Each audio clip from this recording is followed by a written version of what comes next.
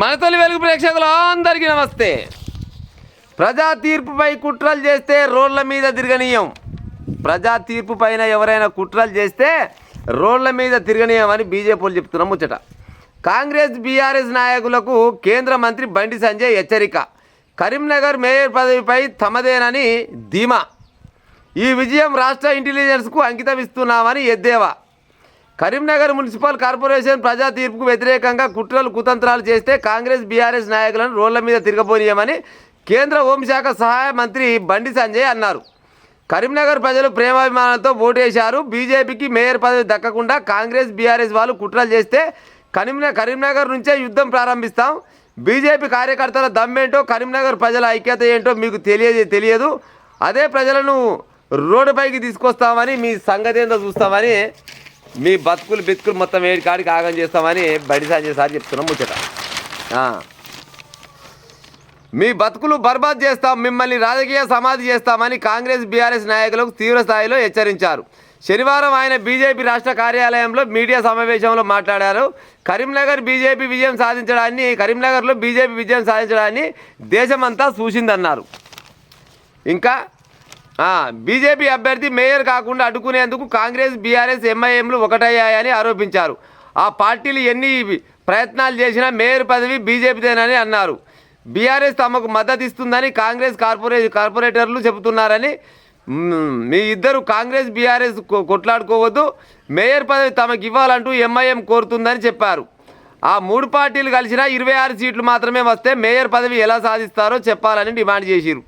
కరీంనగర్లో బీజేపీ విజయం రాష్ట్ర ఇంటెలిజెన్స్కు అంకితం చేస్తున్నామని బండి సంజయ్ ఎద్దేవా చేశారు.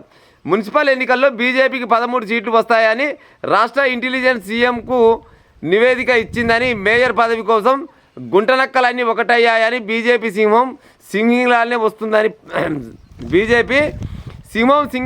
వస్తుందని బండి సంజయ్ మీడియాతో చిట్చాట్లో వ్యాఖ్యానించారు. కాంగ్రెస్ బీఆర్ఎస్లు వాలంటీర్స్ డే శుభాకాంక్షలు. ఆ రెండు పార్టీలు ఎంఐఎం అక్రమ సంబంధాలు కొనసాగిస్తున్న కాంగ్రెస్ సంసారం చేస్తూ బీఆర్ఎస్కు అయితే ఇప్పుడు నిన్న అదేంది ఉండే కదా, ఫిబ్రవరి 14 లవర్స్ డే కదా, అయితే బీఆర్ఎస్కు కాంగ్రెస్కు హ్యాపీ వాలంటీర్స్ డే అని చెప్పినట్ట. వీళ్ళిద్దరు ఒక గుడి పక్షులే, ఒక కంచంలో తిని ఒక మంచంలో అంటారు. ఈరోజు వాళ్ళిద్దరు కలిసి అక్రమ సంబంధం పెట్టుకురని వాళ్ళు బీజేపీ వాళ్ళు అంటున్నాం ముచ్చట. అయినా కానీ ఇప్పుడు మనకు ఏదైతే వస్తుందో ఒక దాని మీద కొట్లాడాలి. ఆల్రెడీ వాళ్ళకు సంపూర్ణమైన మెజారిటీ ఉన్నట్టే ఉంది బీజేపీ వాళ్ళకు. మరి పోయి వాళ్ళ కాడ ఎందుకు ఏలు పెట్టాలి చెప్పురిగా? రాని దాన్ని ఇచ్చిపెట్టాలి, వచ్చేదాన్ని పట్టుకోవాలి.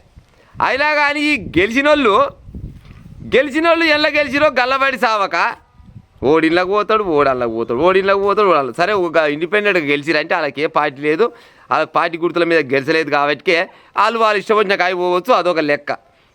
ఆల్రెడీ కాంగ్రెస్ వాళ్ళు, బీఆర్ఎస్ వాళ్ళు, బీజేపీ వాళ్ళు వీళ్ళ గుర్తుల మీదనే కదా గెలిచింది.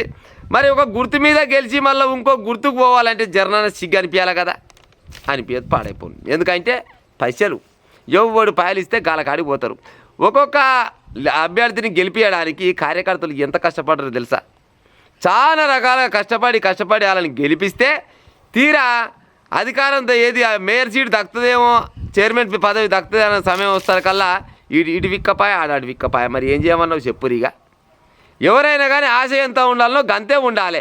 ఆల్రెడీ ఇప్పుడు ఈ కరీంనగర్ దగ్గర బీజేపీ వాళ్ళకి వస్తుంది అన్నట్టే అని అనుకుంటారు. కానీ అయినా కూడా కాంగ్రెస్ వాళ్ళు ఇంకా ఆశ పెట్టుకుంటున్నాడు. అది రాదని తెలిసి కూడా ఆశ ఎందుకు కావచ్చులా నాకైతే అర్థం కాలేదు. మీకు అర్థమైతే జర కామెంట్ రూపకంగా చెప్పురి.